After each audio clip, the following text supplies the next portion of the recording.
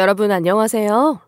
제가 얼마 전에 혹 때려다 혹 붙일 뻔한 일이 있어서 사연을 보내봐요. 요즘에는 젊은 사람이 상전이라고 하죠. 위아래도 없고 나이 든 사람 공경할 줄도 모른다고 하잖아요. 뭐 어른 같지도 않은 사람한테 굳이 어른 대접할 필요는 없지만 그래도 기본적인 예의라는 게 있는 건데 그것도 안 지키는 사람이 참 많더라고요. 저도 이번에 며느리 하나 잘못 들일 뻔했다가 아주 호되게 당했어요. 속 시원하게 아들 장가 보내려고 했는데 며느리 될 뻔한 애 때문에 고생했거든요. 그래도 조상신이 도왔는지 아들이 혼인신고 안 하고 헤어져서 얼마나 다행인지 몰라요. 사람이 무서운 세상이라더니 정말 사람이 무서운 시대가 된 것 같더라고요. 제 아들은 40이 다 되도록 장가를 못 갔어요. 노총각이 다 돼서도 여자 만날 생각도 안 하고 그렇게 어영부영 시간만 보내고 있으니 환장하겠더라고요. 요즘에는 전부 살기 어려워 시집장가 안 가려고 하는 판국이라 괜히 조바심이 나기도 했어요. 얘, 너도 이제 나이가 있는데 장가 가야 하지 않겠니? 만나는 사람은 없어? 따로 만나는 사람 없으면 선자리 알아봐 줄까? 요즘에 꼭 장가를 가야 하는 건 아니지만 그래도 좋은 사람 있으면 그냥 결혼하는 것도 좋잖니. 아들은 제 말에 꿈쩍도 하지 않았어요. 만나는 사람도 없다. 선도 안 본다. 난 생각 없다고만 하면서 가만히 있더라고요. 사실 30대 초반쯤부터 아들놈 장가 보내려고 노력했거든요. 그래도 부모 된 도리로서 애 장가는 보내줘야 할 것 같았는데 심지어 결혼 정보에서도 알아볼 정도였어요.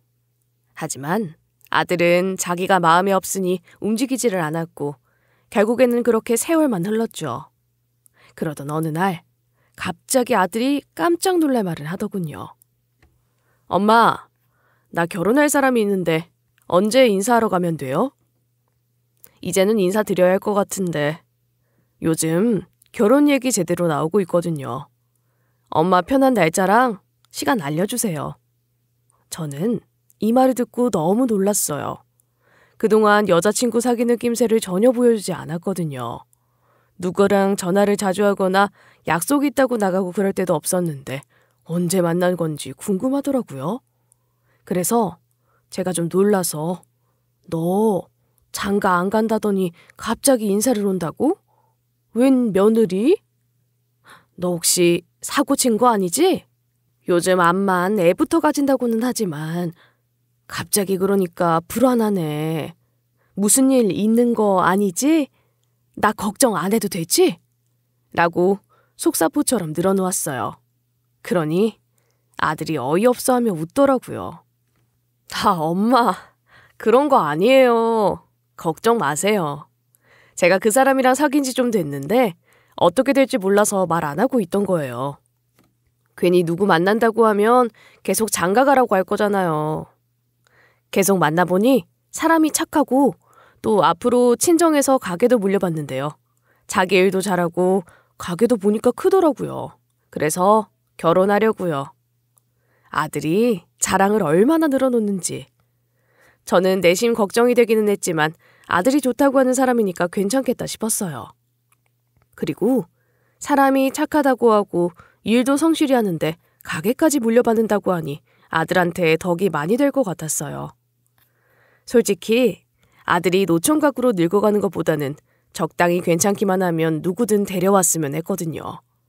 그런데 생각보다 괜찮은 아가씨를 데려오는 것 같아서 기대도 많이 됐어요.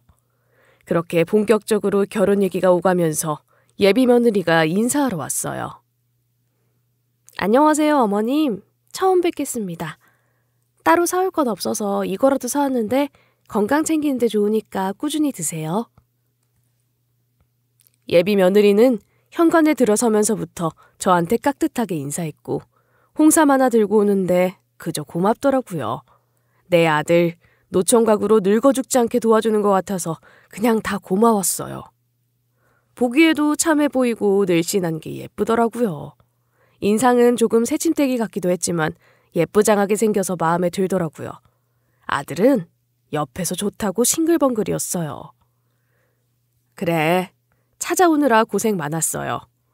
홍삼 같은 건 안 사도 되는데 뭐하러 돈 써가면서 이런 걸 사와요. 아무튼 잘 먹을게요. 고마워요. 저는 얼른 아들이랑 예비 며느리를 앉혔고 커피랑 과일을 내줬어요. 일부러 망고며 샤인머스켓이며 요즘 애들이 좋아할 만한 걸로 준비했는데 잘 먹어서 다행이었죠. 제가 나이를 물어보니 예비 며느리는 아들보다 2살 어렸고 지금 친정가게에서 일한다고 하더라고요. 그래, 우리 애한테 들어보니 가게를 운영한다던데 언제부터 사업을 시작했어요? 가게 꾸려가기가 보통 일이 아닐 텐데 많이 힘들지 않아요? 예비 며느리는 웃으면서 얘기하는데 앞으로 가게 하나 더 오픈하면 본인이 맡을 거라고 해서 속으로 얼마나 기분이 좋던지 몰라요. 아, 저희 친정에서 언니랑 저랑 같이 운영하라고 가게 차려주셨어요. 친정에서 본점 하시다가 2호점 내면서 저희한테 운영 맡기셨거든요.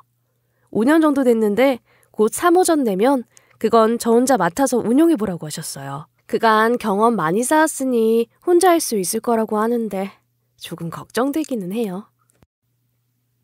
친정에서 무슨 가게를 하느냐고 물으니 부모님 음식 솜씨가 좋아서 뼈 해장국집을 크게 한다는데 매일 육수 우려내고 재료 준비하는 게 힘들 것 같아 저도 걱정은 됐어요.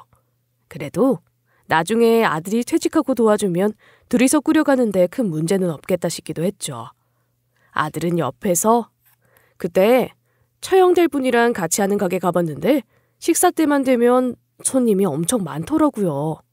장사가 되게 잘 돼서 놀랐어요. 3호점 내도 음식이 맛있어서 잘 될 것 같아요. 라며 한마디 거들었어요. 아들 얼굴을 보니 입이 귀에 걸려있던데 저렇게 좋을까 싶었어요. 지금이라도 좋은 사람 만나 장가간다고 하니 그저 다행이었고 처가 쪽에서 큰 가게 하나 물려받는다고 하니 노후 걱정도 덜 수 있을 것 같아 저도 좋게만 생각했죠. 그때 제가 가게에 대해서 잘 알아봤어야 했는데 아들 말만 듣고 좋은 곳일 거라고 그냥 믿었던 게 화근이 아니었나 싶기도 해요. 어쨌든 예비 며느리 첫인상은 나쁘지 않았고 호구조사 좀 해보니 친정이 여유로운 집안 같아서 딱히 반대할 이유는 없었어요. 아들도 계속 며느리 될 사람 좋다고 자랑자랑이니까 저희 둘이 잘 살기만 하면 되겠다는 생각이었죠. 근데 아들이 갑자기 근데 엄마, 앞으로 처가에서 3호점을 내주면 이 사람이 가게 사장이 되잖아요. 그 덕에 저도 회사 다니다 퇴직해도 꾸준히 생활하기가 좋을 것 같은데 이렇게 처가덕 많이 보는데 집은 우리가 해야 할 것 같아요. 근데 내가 모아둔 돈이 얼마 없거든요. 엄마가 좀 해주면 안 돼요? 라고 하는 거예요. 사실 이때 좀 고민이 많이 됐어요. 그 말 듣자마자 제 얼굴이 많이 어두워졌는지 덩달아 아들도 표정이 안 좋아지더라고요. 저는 그때 내가 돈이 어디 있냐. 대출 내면 내가 일부라도 보태주면 안 될까? 당장 집 마련하기가 어디 쉽겠니? 네 명의로 집 대출 내서 적당한 대로 마련하는 건 어때? 내가 당장 그만한 돈은 없는데 라며 걱정스럽게 말했죠. 아들은 앞으로 처가에서 가게 떳떳하게 받으려면 집은 내가 해가야 할 것 같은데 어떡하죠? 전세 구하자니 처가에서 가게를 준다는데 집을 아예 사가야 떳떳할 것 같아요. 엄마가 이번에만 좀 도와주면 안 될까요? 가게 받으면 노후 보장도 되잖아요. 제가 벌어서 꼭 갚을게요. 라면서 사정사정 하더라고요. 지금 생각하면 예비 며느리가 아들 뒤에서 조종한 것 같은데 아들 말도 맞긴 맞았으므로 차마 무조건 안 된다. 나 돈 없다고 하긴 어려웠어요. 그리고 내 자식이 저렇게 매달리고 힘들어하는데 부모된 입장에서 어떻게 안 해줄 수 있겠어요? 모른 척 할 수도 없고 아들 말대로 며느리가 가게 하나 크게 받을 건데 집이라도 해야 아들이 처가에 떳떳할 것 같았어요. 그래서 큰 결심하고 집 팔아서 저는 작은 데로 옮기고 나머지 돈을 보태줬죠. 조금 모자란 금액은 아들이 대출 내서 충당하기로 하고 적당한 아파트 하나 마련할 수 있었어요. 집 마련하느라 금전적으로는 좀 무리했지만 그래도 이제 아들놈도 장가 보낼 수 있다는 생각에 그것만 해도 기분이 좋았죠. 주변에도 아들 이제 장가 보낸다고 자랑하니 괜히 어깨가 으쓱해지는 것 같았어요. 근데 친구들이 전부 다 요즘에는 며느리 덕 보려고 하면 안 되는 거 알지? 우리 세대는 중간에 끼어서 며느리 떠받들고 살아야 해. 결혼하기 전부터 잘해줘야 하더라고.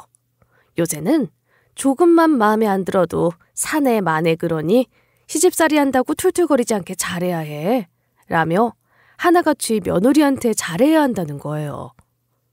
친구들 말대로 우리 세대가 중간에 딱 끼어서 시집살이 고되게 하고 며느리한테 역으로 시집살이 하는 신세긴 하더라고요.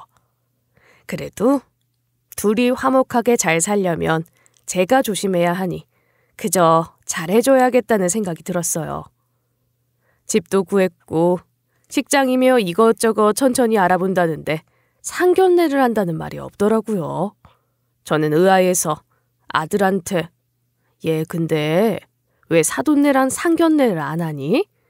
집안끼리 한번 만나서 인사도 하고 통성명도 하고 그래야지. 그리고 그쪽 집안도 봐야 사람들 됨됨이도 알 거 아니냐. 괜찮은 날짜 잡으면 알려주렴. 나야 언제든 맞춰서 나가면 되니까. 라고 물어봤어요. 근데 며칠 뒤에 아들이 이상한 소리를 하는 거예요. 엄마, 지금 처가 쪽이 너무 바빠서 상견례는 내년쯤 하고요. 일단 우리는 살림 합치기로 했어요. 결혼 준비는 지금 하고 있으니까 식 전에는 상견례 할 거예요. 상견례부터 하기는 해야 하는데 가게 때문에 바빠서 시간이 없다고 하더라고요. 저는 이게 무슨 소리인가 싶었어요. 아들한테 되물으니 지금 가게 물려주는 문제 때문에 예비사돈 쪽에서 너무 정신이 없다고 하는 거예요. 그건 뭐 그렇다 쳤죠. 가게 하나 오픈하는 게 보통 일은 아니니까요. 근데 살림을 합친다는 건 무슨 소리인지 이해가 되지 않았어요. 그래? 그럼 가게 문제 좀 정리되면 상견례 날짜 잡아보자꾸나. 근데 살림을 합친다는 건 또 무슨 말이냐?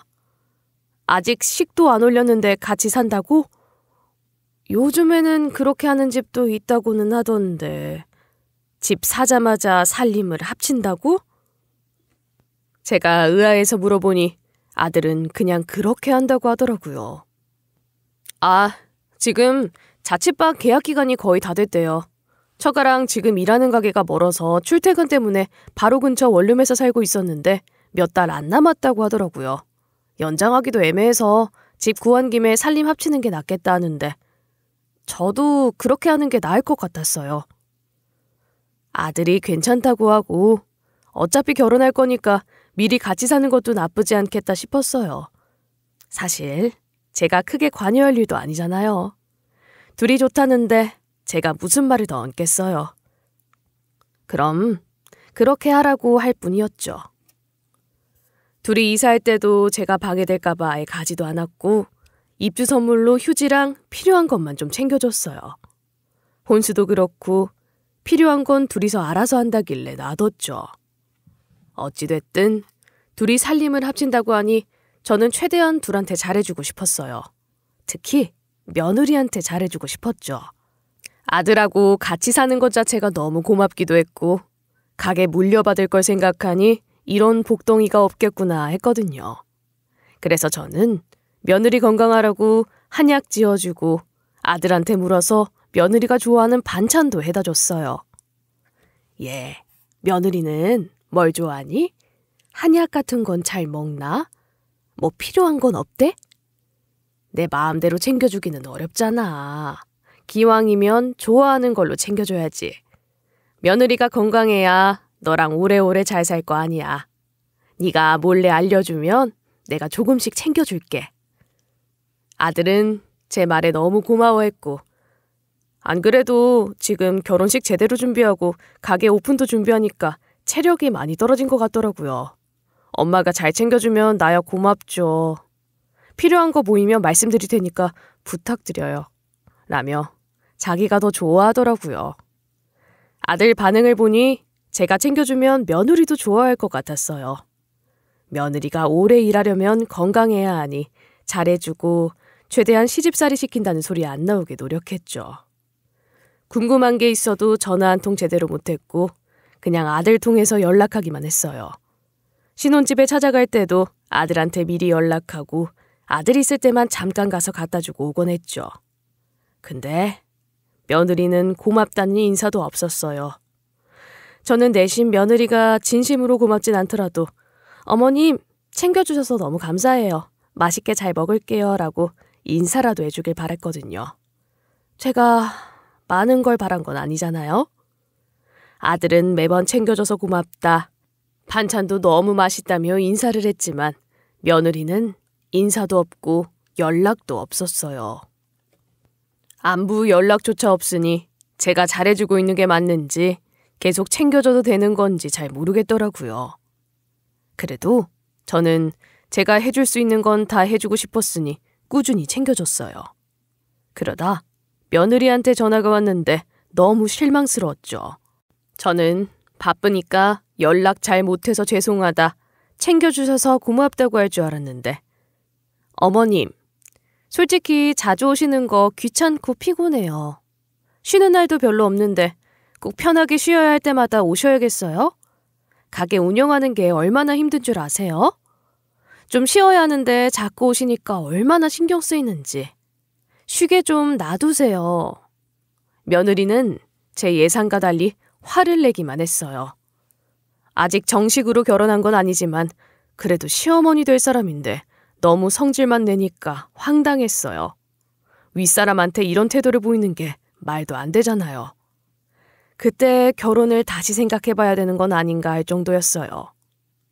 이미 살림을 합쳐버려서 쉽게 파혼 얘기를 하지는 못했지만 인간성이 의심되니까 제가 잘못 생각한 것 같았어요. 그렇다고 당장 아들 보고 헤어지라고는 못하니 일단은 두고 보기로 했죠. 아니, 나는 너 건강하게 일하라고 챙겨주는 건데 우리 애가 반찬 좋아하는 거 알려주며 부탁하기를 해준 거단만 그래서 우리 애 있을 때만 잠깐 갔다 빨리 나오지 않냐. 그렇게 말하면 내가 너무 섭섭하다.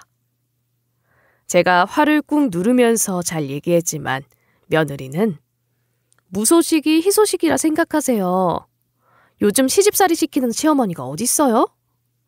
이렇게 불쑥불쑥 찾아오는 것도 시집살이라는 거 모르세요? 앞으로는 찾아오지 마세요. 오빠랑 둘이 편하게 있을 수 있게 자리 비켜주셔야죠. 어쩜 이렇게 눈치가 없는 건지. 라며 자꾸 성질을 냈어요.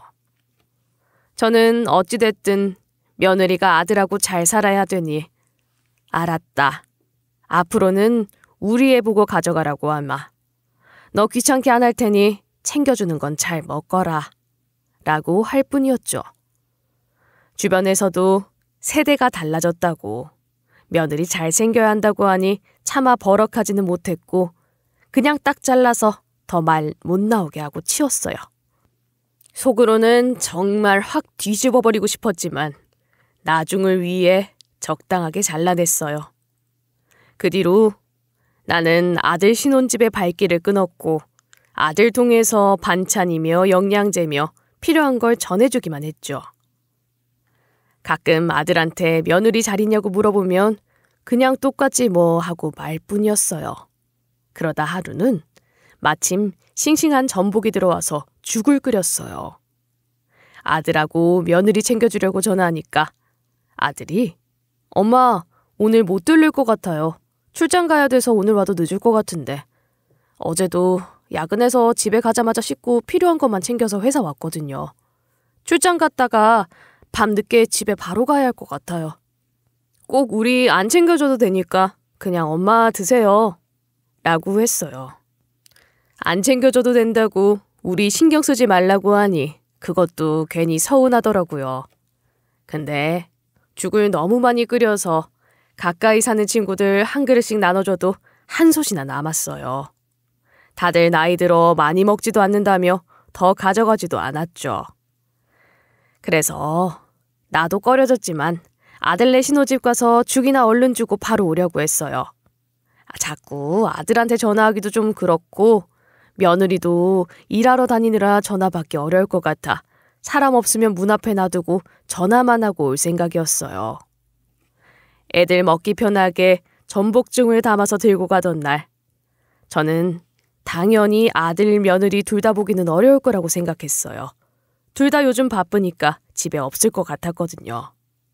아들도 전에 요즘에는 둘이 같이 출근하고 있어서 집에 오시려면 꼭 전화 주셔야 해요. 이 사람도 바빠져서 집에 잘 없거든요. 꼭 전화 먼저 하고 오세요. 알았죠? 라며 몇 번이나 당부했어요. 바쁜데 아들 보고 자꾸 오라고 할 수도 없어 문 앞에 두고만 와야겠다 생각했는데 택시 타고 애들 신혼집 입구에 도착했는데 며느리가 들어가는 뒷모습이 보였어요. 뒷모습이라 조금은 긴가민가 했지만 며느리가 분명히 맞는 것 같았어요. 저는 속으로 아니 얘가 일하러 간다고 하더니 왜 집에 오는 거지? 어디 아픈가? 하며 걱정부터 하게 되더라고요. 일단 며느리한테 전화해서 얘 혹시 집에 있니? 내가 뭐 갖다 줄 게 있는데 우리 애가 많이 바쁘다고 해서 내가 지나는 길에 잠깐 들르려고 하는데 집에 있는지 미리 물어보고 가려고 라고 물어봤죠. 저는 아무리 생각해도 이상했고 뭔가 찜찜한 건 해소하고 넘어가야 할 것 같아서 다음 날도 애들 집에 가보기로 했어요. 혹시 진짜 아무도 없을 수도 있으니 전복죽은 집에 두고 택시 타고 아들 출근하기 전에 아파트 근처에서 내려 지켜보고 있었죠. 둘 다 버스 타고 다니니까 걸어서 나오겠거니 하고 기다려보니 얼마 지나지 않아 아들하고 며느리가 같이 나왔어요. 둘이서 웃으면서 같이 출근하는 모습을 보고 내가 너무 안 좋게 생각하나? 며느리를 괜히 의심하는 건가 싶어 조금 미안한 생각도 들었어요. 하지만 며느리가 다시 집에 들어간 시간까지는 지켜봐야겠다 싶어 기다렸는데 30분 정도 지나니까 며느리가 혼자 집에 들어가더군요. 저는 그걸 보고 아들한테 전화해서 얘, 요즘 새아기 출근은 잘하고 있니? 건강은 어때? 요즘에도 많이 바쁘다고 하니? 라고 안부를 물어봤어요. 아들은 요즘에도 계속 바빠요. 가게 물려받는 것 때문에 얼마나 바쁜지 매번 정신없이 다니더라고요. 당분간은 얼굴 보시기가 어려울 것 같은데. 조만간에 상견례 날짜도 잡으려고 하니까 소식 있으면 먼저 연락해 드릴게요. 라며 며느리가 집에 있는 걸 모르는 눈치였어요. 전화를 끊고 가만히 생각해보니 제가 며느리에 대해 아는 게 많지가 않더라고요. 아들놈이 노총각이라고 그거 데려가 주는 것만 해도 고맙다고 생각해서 결혼식이며 집 구하는 거며 애들 챙겨주는 거며 그런 데만 신경 썼거든요. 근데 친정 가게는 도대체 어디고 언니가 한다는 가게며 며느리가 앞으로 오픈한다는 가게며 제가 직접 확인해 본 건 없었어요. 보통 시어머니가 될 사람 한번 초대하거나 적어도 잠깐이라도 외관만 둘러보고 나와서 같이 식사하고 그런 자리라도 가질 텐데 그런 게 전혀 없었거든요. 그때 뭔가 이상하다 싶어 다시 집에 되돌아갔어요. 그리고 다음날 큰 결심을 하고 냉장고에 넣어둔 전복죽을 다시 꺼냈죠. 또 택시를 타고 애들 신혼집에 찾아갔고 다시 며느리가 집에 들어가는 걸 눈으로 확인한 뒤 얼마 지나지 않아 집 앞에 서서 초인종을 눌렀어요. 안에서는 아무 대답도 없었고 인기척조차 느껴지지 않았어요. 몇 번을 초인종을 누르다 이게 끝까지 안 나오겠구나 싶어 엘리베이터를 타고 내려갔고 그 길로 바로 아들한테 전화해 호통을 쳤어요. 얘, 너 아무래도 잘못 걸린 것 같다. 아무것도 묻지 말고 다른 말 하지도 말고 당장 너희 아파트 앞으로 와. 지금 당장 와야 해. 급하다. 저는 그렇게만 말하고 뚝 끊었어요. 전화로 구구절절 말할 수도 없고 이렇게 하지 않으면 아들이 일하다 말고 오지 않을 것 같았거든요.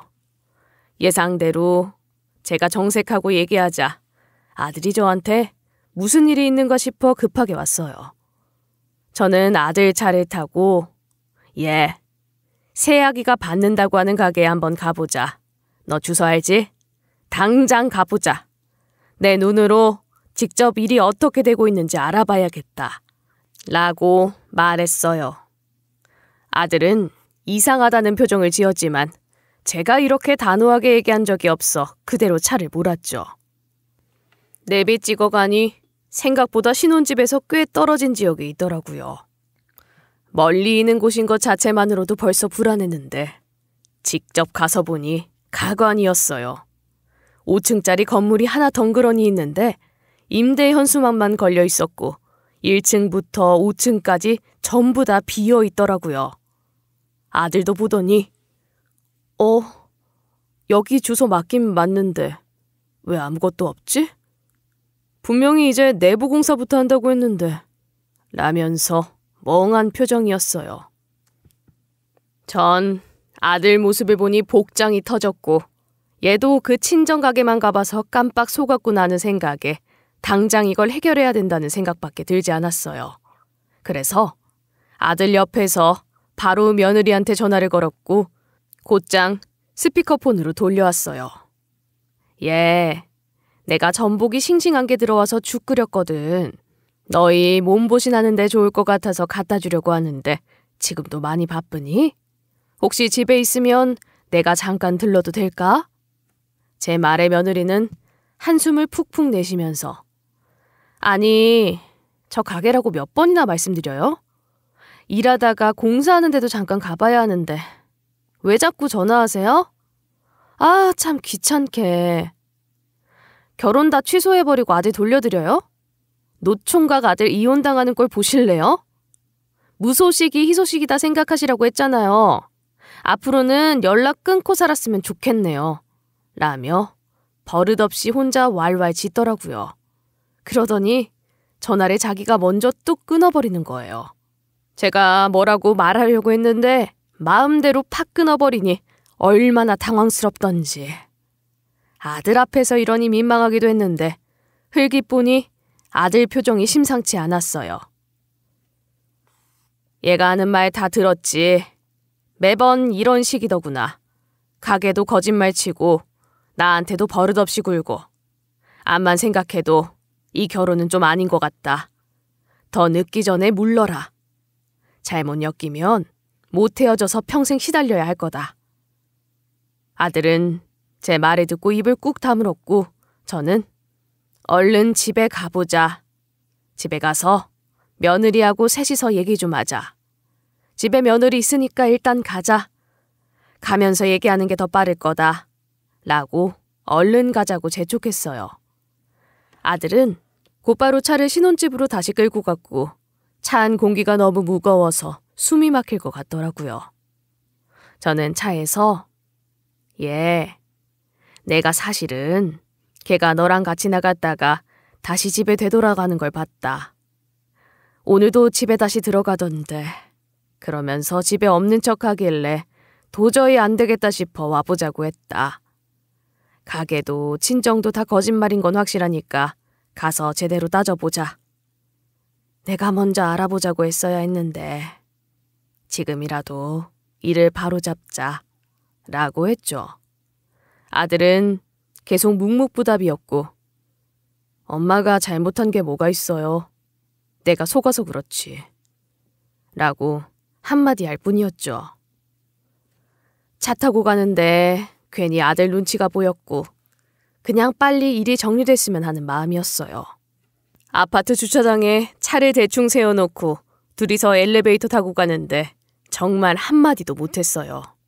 서로 할 말도 없었고 며느리 보고 결판을 내야 하니 뭔 말을 할 수도 없었죠. 너무 큰일이라 미주알 고주알 얘기하는 것도 어려웠어요. 아들은 신혼집 도어락을 열자마자 문이 부서지듯 열었고 저도 뒤따라 들어갔죠. 문이 열리는 소리에 며느리가 깜짝 놀란 얼굴로 나오더니 옆에 있는 저를 보고 당황하더라고요. 당신이 지금 웬일이야? 어머님도 무슨 일이세요? 안 그래도 저 이제 막 집에 잠깐 들러서 필요한 거 가지러 왔는데. 저는 바로 나가야 하는데 어머님 다음에 오시면 안 될까요? 나중에 쉬는 날 오셨으면 하는데. 부탁드릴게요. 당신도 금방 나갈 거지? 보아하니 집안 꼴도 엉망이고 누워있다가 나왔는지 며느리 머리도 산발이었어요. 옷차림도 편안한 옷인 걸 보니 누가 봐도 일하다 온 사람은 아니었거든요. 얼굴도 하나 안 바뀌고 거짓말하는 게 정말 어이가 없었어요. 저는 며느리 말에 어이가 없어서 한마디 툭 내뱉었어요. 너 나랑 통화했잖냐? 집에 없다면서. 근데 가게에서 언제 갑자기 집에 왔다고 하는 거냐? 제가 며느리한테 본격적으로 따지려던 찰나에 갑자기 아들이 며느리 뺨을 세게 때렸어요. 저도 너무 놀라서 벙쪘고 며느리는 휘청거리며 식탁을 짚었죠. 얼마나 세게 때렸던지 사람이 몸을 못 가눌 정도였어요. 보는데 순간적으로 며느리가 괜찮나 싶은 생각이 들기도 했어요. 앞만 미워도 정말 세게 때렸거든요. 너 여태 우리 엄마 무시하고 나까지 속였냐? 내가 방금 엄마랑 네가 말한 오픈한다는 가게 다녀오는 길이니까 발뺌할 생각 마라. 웬 텅 비어있는 상가만 하나 있더라. 뭐? 가게를 오픈해? 너 처형이 가게 한다는 것도 거짓말이지? 친정 가게도 거짓말 아니야? 내가 지금 전화해서 알아볼 거니까 더는 속이려고 할 생각하지 마. 아들이 소리를 지르며 화를 주체하지 못하자 얘야, 무슨 일인지 모르지만 말로 해라. 사람 때리는 거 아니다. 라고 말렸어요. 사실 며느리가 아들 앞에는 안 그러면서 나랑 둘이 있으면 매번 틱틱거리고 성질내서 언젠가는 아들이 알아야 하는데 하는 생각은 했었죠. 근데 이렇게 손을 올리는 건 잘못된 거여서 제가 얼른 자제시켰어요. 그리고 괜히 때린 거 가지고 그쪽에서 법적으로 하네 어쩌고 할까봐 그게 걱정돼서 아들을 말렸죠. 마음 같아선 저도 한 대 때리고 싶었지만 요즘 세상에 그러면 안 되니까요. 아들은 곧바로 처형될 사람의 남편한테 전화를 걸더라고요. 자기들끼리는 왕래가 좀 있었다고 하는데 상세한 내막은 잘 몰랐었나 봐요. 형님, 오랜만입니다. 잘 지내셨죠? 다름이 아니라 지금 처형이랑 이 사람이 일하는 가게가 더 확장한다고 안 하셨어요? 아, 확장하기는 어렵다고요? 네? 형님 부모님이 여력이 없어서 확장이 안 돼요? 아, 저는 처형네 친정가게라고 알고 있었는데. 친정이 아니라 시댁에서 운영하는 가게라는 거죠? 그냥 관리만 하는 거고 형님 명의 가게라고요? 아, 그렇구나. 네, 제가 나중에 자세히 말씀드릴게요. 곧 다시 연락드리겠습니다.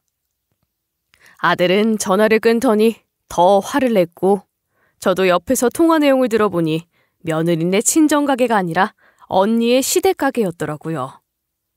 며느리하고 그 언니가 종업원으로 일하는 건데 시댁에서 전적으로 운영하고 며느리랑 언니가 관리만 하고 있었나 봐요.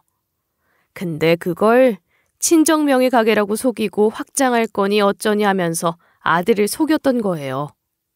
며느리는 얼굴이 하얗게 질렸고 저는 며느리 반응을 보고 우리를 완전히 속였구나 하는 걸 제대로 인식하게 됐어요. 결국 며느리는 무일푼 백수나 마찬가지였고 그나마 일하고 있다는 가게도 친정가게가 아니라 시댁가게니까 돈을 받아도 얼마나 받겠어요. 그러니 능력은 없고 시집은 가야겠고 하니 시부모가 가게에 잘 안 나오는 걸 이용해서 아들을 속였던 거였죠. 며느리랑 언니 둘이서 작당해서 신혼집 하나 받아냈으니 앞으로 가게 하나 있다는 명목으로 얼마나 돈을 뜯어낼 작정이었던 건지. 그 나이 되도록 직장 하나 못 잡으니 결혼도 못하고 있었는데 나름 머리 굴려서 우리 아들 코 깨려고 한 게 너무 괘씸하더라고요. 전 그것도 모르고 시집살이 시킨다는 소리 안 나오게 그렇게 잘 챙겨주고 욕만 실컷 얻어먹었네요. 나중에 아들이 그쪽 시댁하고 연락해서 알아보니 며느리 언니는 맨몸으로 시집가서 생활비 받아 쓰고 눈치 보여 가게에서 돈도 못 받고 일한다고 하더라고요. 며느리는 최저시급만 받고 알바만 하는데 일을 잘 못해서 곧 잘릴 예정이었다고 해요. 그런 집안과 엮일 뻔했으니 지금 생각해도 오싹하네요. 아들은 네가 날 속이고 사기 결혼을 하려고 했어? 그것도 우리 엄마 집 팔아서 신혼집까지 마련하게 하고. 앞으로 뭘 더 받아가려고 했냐? 그리고 집 받아놓고 우리 엄마한테 전화를 그딴 식으로 해? 무소식이 희소식이라고. 내가 진짜 사람 하나 잘못 봤다. 라며 분을 사귀지 못했어요. 며느리는 꿈쩍도 안 하고 가만히 있었고 혼자 머리 굴리며 변명거리만 생각하는 것 같았어요. 하지만 며느리가 뭐라고 하기도 전에 아들은 내가 속은 거 알고 결혼을 어떻게 하냐? 결혼 물리려니 청첩장도 다 돌렸고 같이 살고 있고. 우리 엄마한테라도 잘했으면 그대로 데리고 살 수도 있었는데 우리 엄마한테 그러는 걸 보니 도저히 못 참겠다. 나는 결혼 못해. 당장 짐 싸서 나가. 어쩐지 집도 공동명의하자 하더니 깜빡 속에서 집까지 명의 바꿔줬으면 큰일 날 뻔했네. 여기 내 명의 집이고 우리 혼인신고도 안 했으니 당장 나가! 라고 소리를 버럭버럭 질렀어요. 며느리는 결국 아들한테 무릎 꿇고 매달리더라고요. 오빠, 나랑 만난 세월이 얼만데 이제 와서 헤어지자고? 우리 결혼식도 잡고 주변에 다 알리고 다 했잖아. 안 돼. 이렇게는 못 헤어져. 내가 얼른 취직하고 돈 벌고 어머님한테도 잘할 테니까 헤어지지는 말자. 제발. 아들은 너 나랑 꼴랑 3년 만났어. 그렇게 얕은 수로 평생 사람 속일 수 있을 줄 알았냐? 더 창피당하기 전에 끝내. 아니면 너네 친정 찾아가서 뒤집어 놓을 거야. 그냥 우리끼리 알고 끝내자. 잠깐 창피해도 너 같은 거랑 엮이면 내 평생이 불행해질 것 같다. 라고 조용하게 말하는데 입에 칼을 문 것 같았어요. 서늘하게 말하는데 표정도 굳어 있어서 제가 다 무서울 정도였죠. 며느리는 안 되겠다 싶었던지 저한테도 매달리면서 어머님, 제가 잘못했어요. 앞으로는 잘할게요. 그래도 그간 쌓은 정이 있는데 절 이렇게 내치시면 안 되죠. 하고 울면서 비는데 어이가 없었어요. 자기가 잘못해놓고 우리가 쫓아내는 것처럼 말하니까 마음 약한 사람 같으면 휘둘렸을걸요. 하지만 저나 아들이나 냉정할 땐 한없이 냉정해서 그런데 휘둘리진 않았죠. 난 네 어머님 아니다. 너 당장 짐 싸서 나가라. 내가 짐 다 버릴 거니까 좋은 말 할 때 나가라. 네가 짐 안 싸면 내가 다 쓰레기 봉투에 넣어서 버릴 거니까 지금 빨리 가라. 말로 할 때 끝내자. 괜히 시끄러워지게 하지 말고. 제가 단호하게 얘기해도 며느리는 계속 울며 불며 난리였어요. 시끄럽게 구는데 신경이 거슬려서 몇 번이나 욱하는 게 올라왔지만 그래도 조용하게 끝내고 싶어 소리 지르고 싶은 걸 참았죠. 며느리가 계속 버티자 결국에는 제가 짐을 다 빼서 쓰레기 봉투에 대충 넣고 현관 밖으로 버리듯 던졌어요. 저거 안 들고 가면 경비실에 연락해서 버릴 거라고 하고 다 가져가라 할 거니까 지금 가져가라. 그리고 앞으로는 여기에 발도 붙일 생각하지 마라. 안 그러면 경찰에 주거침입죄로 신고할 거다. 난 네 행동을 도저히 이해하지 못하겠구나. 사기죄로 고소 안 당하는 것만 해도 다행으로 알고 나가라. 며느리는 버텼지만 제가 정말 경찰에 신고하려고 하자 그제서야 나가더라고요. 그리고 친정에 바로 갔던지 한두 시간 지났을까? 그쪽에서 아들한테 전화를 했어요. 아들이 전화를 받자마자 자네, 어떻게 우리 딸을 내쫓을 수가 있는가? 같이 살았으면 결혼한 거나 마찬가지인데 어떻게 그런 짓을 하는가? 네, 당장 갈 테니 거기서 기다리게! 라고 하며 소리를 버럭버럭 지르는 게 들리더라고요. 그쪽에서는 아직 뭘 모르는 것 같아서 제가 얼른 전화기를 뺏었어요. 여태 따님이 우리를 속인 건 아세요? 친정에서 가게 한다며 물려받을 거라며 새로 오픈한다던데요. 근데 가보니까 텅 빈 건물만 있더라고요. 알고 보니 큰 따님 시댁에서 하는 해장국집을 친정가게라고 속였네요. 저희는 그런 며느리 못 드립니다. 그리고 그런 집안하고 엮이고 싶지도 않고요. 우리는 결혼 못 시켜요. 딸 가정교육부터 잘 시키세요. 어디 할 짓이 없어서 사기 결혼을 하려고 해요. 능력이 없으면 돈 벌 생각이나 해야죠. 제가 차분하게 여태 있던 일을 알려주니까 그쪽에서는 말없이 전화를 끊더라고요.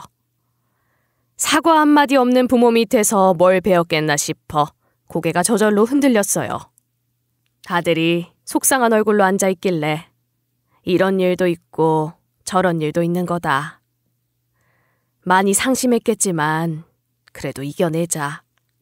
저런 사람들하고 엮여봤자 너만 손해였을 거야. 지금이라도 알게 돼서 다행이라고 생각하자. 라고 위로해줬지만 결혼한다고 한껏 들떴을 텐데 일이 이렇게 되니 제가 다 미안해졌어요. 그렇게 며느리가 될 뻔한 사람은 혼인신고하기도 전에 쫓겨났고 파혼당했죠.